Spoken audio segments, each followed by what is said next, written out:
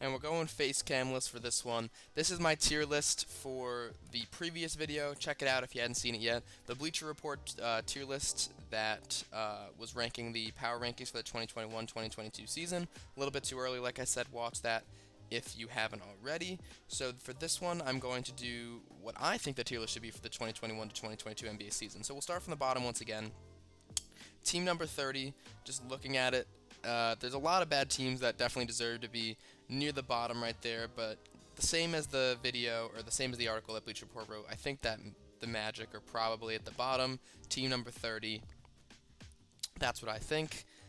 At 29, I want to say the Cavaliers. They were all the way up at like 25 in that video, but I just don't see too much upside for this Cavaliers team, so I'm going to put them at 29, and then I'm also going to put the Pistons, wherever they are, at 28.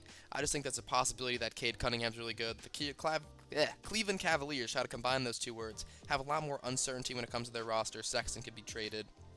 Who knows what's going to happen with Love, and they're not going to have as high of a pick. They're not going to get a Cade Cunningham in this draft. Magic, we know that they're bad. They traded a lot of their guys. They have a lot of guys with potential, so maybe they could sneak in a few wins with all the depth that they have, I guess. Like, not that it's really great or proven depth, but they have a lot of guys that could be good. But I think that these bottom three are not too hot of a take to anybody. The Thunder, this would be at 27 now. They have Shea. They might have Kemba. I doubt they'll have Kemba. They'll probably flip him for even more picks. You know how Sam Presti loves his picks. But, Dort's on the team too, I guess. Not going to be the best team in the league. I think we all understand that. And for the last team in this bottom tier, I'm probably going to put the Houston Rockets. They have John Wall's expiring contract now, I think it is. They have Christian Wood. They have a Kevin Porter Jr., who I forgot to mention in the last video, but he's definitely has a lot of upside as a player as well. But, it's just not as high of a ceiling as a lot of these other teams are. So, next is 24. Those are the bottom five. I kind of had a good grasp on those. Thinking about who comes after this is a little bit more difficult. I would probably put the San Antonio Spurs at 24. I think that they have a few more guys with some upside. I think that they're honestly going to re-sign DeMar DeRozan, and that's why I think that they're going to sneak out a few wins and get to 24, or 25, I guess I should say.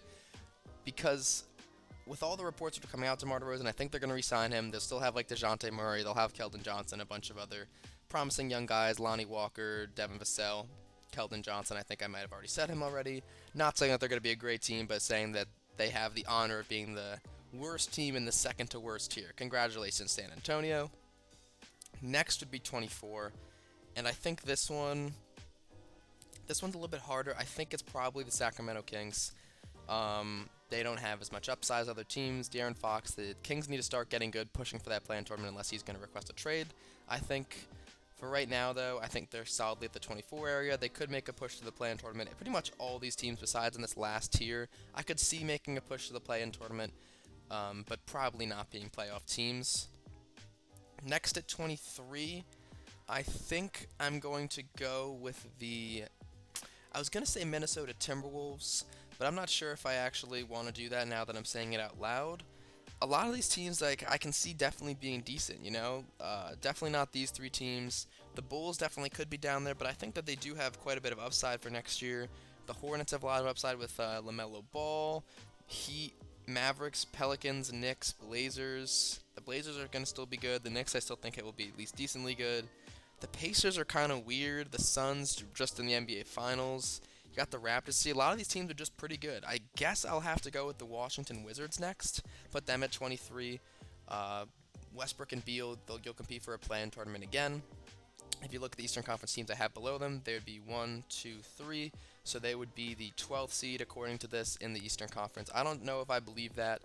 I guess it's not just that I'm judging them based on where I think they'll be in the standings, but their ceilings, and I don't think the ceiling of Russell Westbrook and Bradley Beal is as high as some other teams. They don't have a lot of depth either, which could definitely be an issue. Next at 22, I guess, wow, like all these teams seem like kind of playoff teams. I guess I'll have to put the Bulls at 22. Zach LaVine, Nikola Vucevic, Kobe White.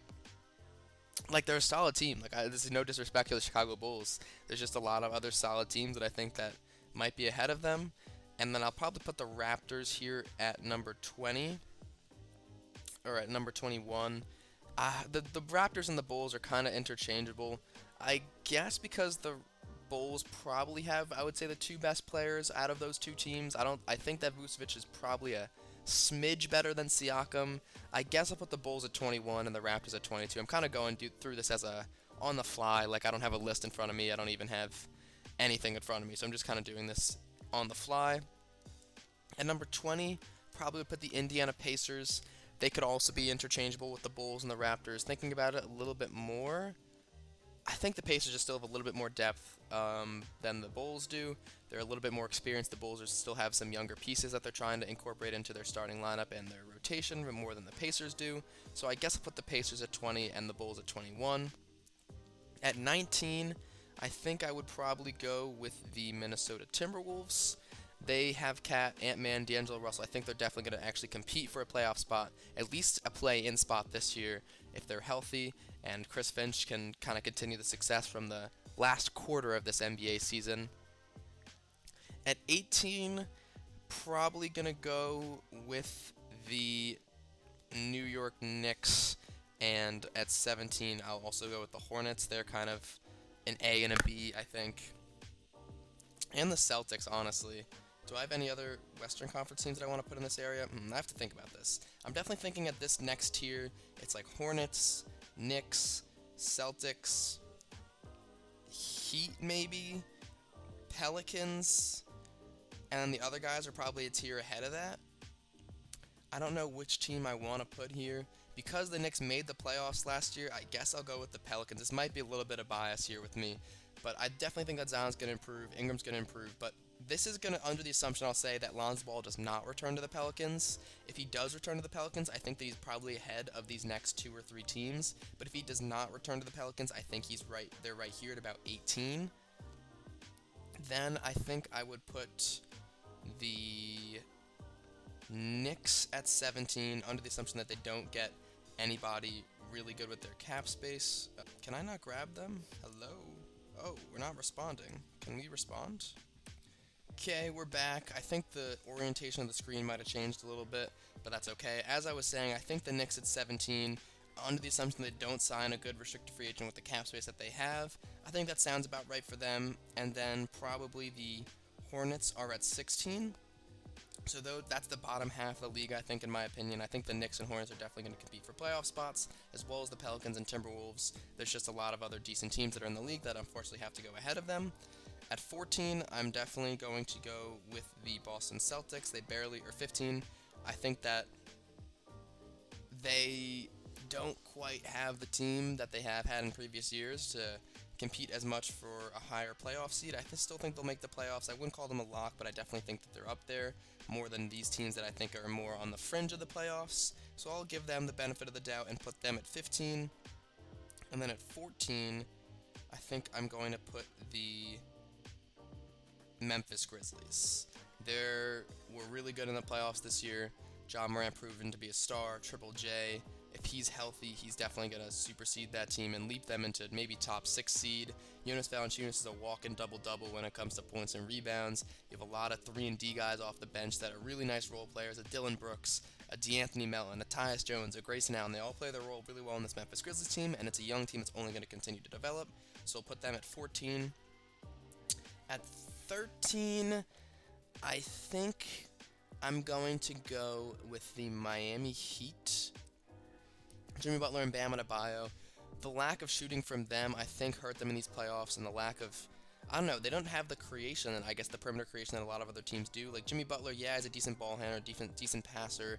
Bam Adebayo is a beast in the paint, but they don't exactly have that shot creation, that shot creating ability that I think a lot of elite teams have, whether it's a Milwaukee Bucks with Giannis Antetokounmpo and Chris Middleton, a Phoenix Suns with Devin Booker and Chris Paul, Brooklyn Nets with Kevin Durant, James Harden, and Kyrie Irving. They don't quite have that player, and they're also going to lose some veterans, probably like Goran Dragic's probably gone, and Duncan Robinson could be gone if he gets offered to something too big that the Heat are not willing to match his offer sheet. So them at 13 seems like the right spot for them. Going to go with the Trailblazers at 12. They're always just a team that's right up there in the top 4 to 6 seeds, like some seed between 4 to 6 in the Western Conference. Maybe they make a second round appearance, but I don't really think the ceiling on this team is too high. I think that they're just going to run it back one more season, then Dame might get fed up and finally leave Portland. But for now, keeping them in a solid 12th place on this power rankings board. Now it gets tough. The teams that I'm thinking about putting next, I forgot about the Clippers. They don't have Kawhi. The Clippers without Kawhi are probably... Do I think the Knicks... I think that the Clippers without Kawhi are probably around here, behind the Celtics. I also think that they're behind a lot of these teams, though. I think Boston, Miami, Portland, Memphis are definitely ahead of the Clippers. I honestly think that the Knicks and the Hornets are ahead of the Clippers as well. So I think I'm going to put them down here, bringing the Knicks up to 16, the Hornets up to 15, and have a list like this. Is obviously assuming no injuries as well. You can't predict injuries. So if you have Gordon Hayward, PJ Washington, LaMelo Ball, Scary Terry, all of them are healthy, I think that they could definitely leap into that top half, I guess, technically, of the league. So now at number 10, definitely thinking either the Mavericks or the Warriors, just because the Warriors have, you know, Steph and Clay. We don't really know what's happening with KP. I'm going to put the Mavericks at 10. I'm going to probably put the Warriors at 9. I'm going to put the... Okay, so those are the two easier ones. I think... Is the Jazz at 8 too low? Who is number 8 here?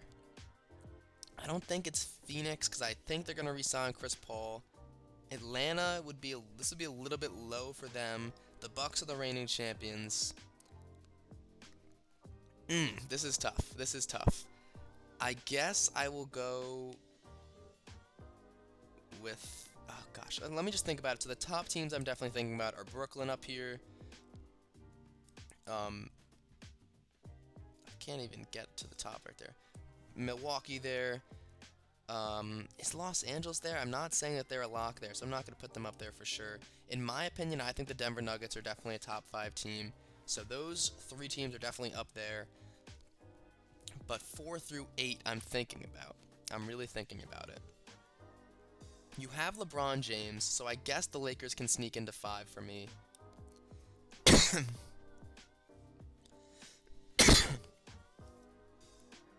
But who do I think is the best player here? Is it Philadelphia? I think it's probably Philadelphia, but you don't know what's going to happen with Ben Simmons. I think the Jazz are at 8. No disrespect to them, but Mitchell, Gobert, and Conley is a very budget big 3.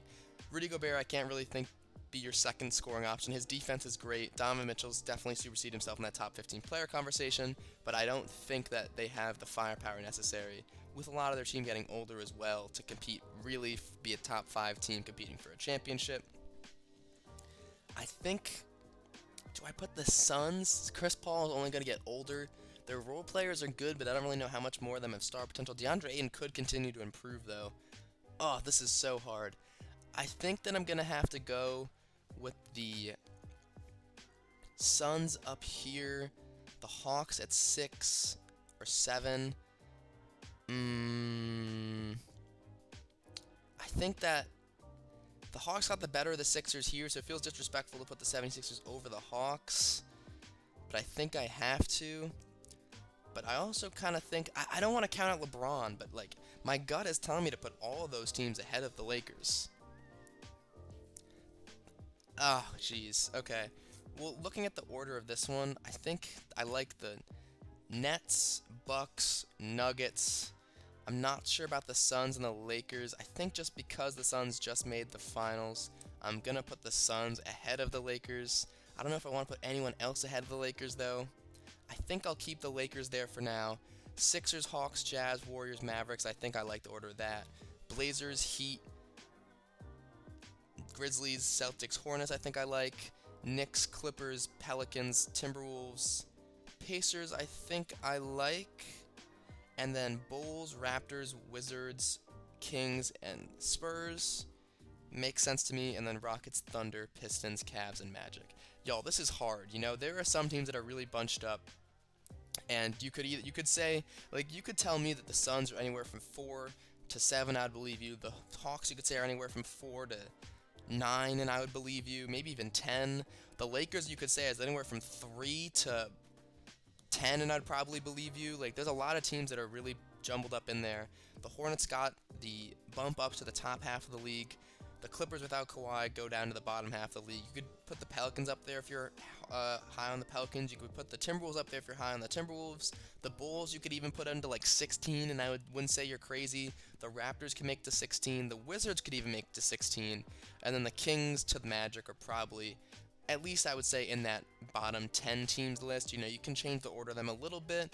You don't know what free agents are going to be where, so that could obviously have a big impact on things. You don't know how good some of these rookies are going to be, but just from the information that we have now, this is the tier list that I would say. So let me know if you guys would change anything. Let me know how stupid I am of a basketball fan, and peace.